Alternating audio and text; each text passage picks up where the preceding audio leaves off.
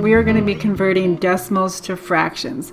And you'll probably see that usually it's easier to go from decimals to fractions than it is to go from fractions to decimals.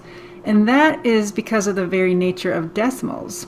The definition of decimal notation actually tells us the numerator and the denominator for its equivalent fraction. So let's see how this works. Our example here is 0.25. So we're going to write an equivalent fraction for this.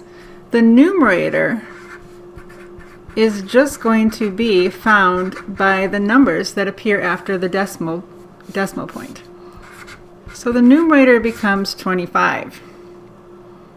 Now the denominator is going to be indicated by the place value of the last digit. So the place value of last digit equals the denominator. So this would be the tenths place, this would be the hundredths place. So the denominator is 100 because the place value of the last digit is 100ths. So our fraction becomes 25 100ths. Okay, and we learned in our last video also that you can think also as the number of decimal places is going to equal the number of zeros in the denominator. So if there's 2 decimal places here, the number of zeros in the denominator will be 2 zeros. So that's 100, 1 with 2 zeros. Okay, and then the numerator is just the numbers that come after the decimal point. So 25 100ths, either way. Now in this sprint, I am going to ask you to simplify fractions, and anything that's in the sprint is going to be pretty easy simplification. So 25 100ths, you should know, is 1/4. So you would enter that as 1/4 because 25 goes into 100 4 times. Okay, so I'm going to get a new piece of paper here. Okay, let's go through some examples for this sprint. The first one is 0.1. So that would be 1/10. So the 1 becomes our numerator, and the denominator is indicated by the place value of the last digit, which is tenths. So 1/10. So this next one is just going to be 2/10 then. But I want you to reduce it in your sprint, so you would enter 1/5. On your keyboard you use 1, and then you use that slash, and then 5. Above the slash on your keyboard is the question mark. So you want to use that slash on that same key as the question mark. Okay, 0.5. That would be 5/10. So the 5 becomes the numerator. We're in the tenth space, so 5/10. That you would reduce or simplify as well, 1/2. Here's an example where we have 2 places after the decimal. So now we're in the 100ths place, and our numerator is 32. That we would reduce. We might see that 4 goes into both the numerator and the denominator. So we end up with 8/25 when we simplify that. Now you may end up, or you may be asked to convert a number that has a whole number in it. So here we have 1 61 100ths. 1 61 100ths. So the 1 is just 1, and then this 0.61 that comes after the decimal place will be the fraction part. 61 and its hundredths, because we have 2 places after the decimal point. That's the hundredths place. 1 61 100ths.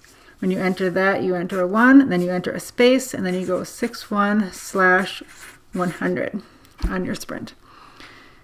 Okay, this one, 0.053. So the numerator becomes the 5/3. Whatever comes after the decimal point is your numerator. The denominator is going to be indicated by the place value of the last digit, which is the thousandths place in this case. we have the tens, hundreds, thousands, or you can think that there are 3 decimal places after the decimal point. So here we have 3 zeros in the denominator. Okay, this one, 0.691. Again, we're in the thousands place here, so our denominator will be 1,000, and our numerator becomes 691. This one, now we are 4 places, 4 decimal places. So our denominator is going to have 4 zeros. So 1 and then 4 zeros. 1, 2, 3, 4.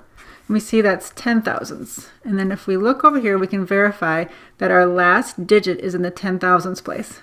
We have tenths, hundredths, thousands, 10,000s. And our numerator becomes 11. 11 10,000s. Okay, I just have 3 more examples. We're almost done. Now these 3 are going to kind of be much easier if you have memorized certain fractions I asked you to memorize. So 0.33333, we should recognize that as 1/3. So this becomes 1 1/3. And the same with 0.66666 with the 6 repeating, that would be 2/3 because it's just double the 1/3. So this would be 2/3. And then 0.125, I hope you remember that that's 1/8. I want you to, when you see 1/8, I want you to think 0.125. When you see 0.125, I want you to think 1/8. Now for this one, you could have just thought of that as 125 1,000ths because the 5 is in the thousandths place.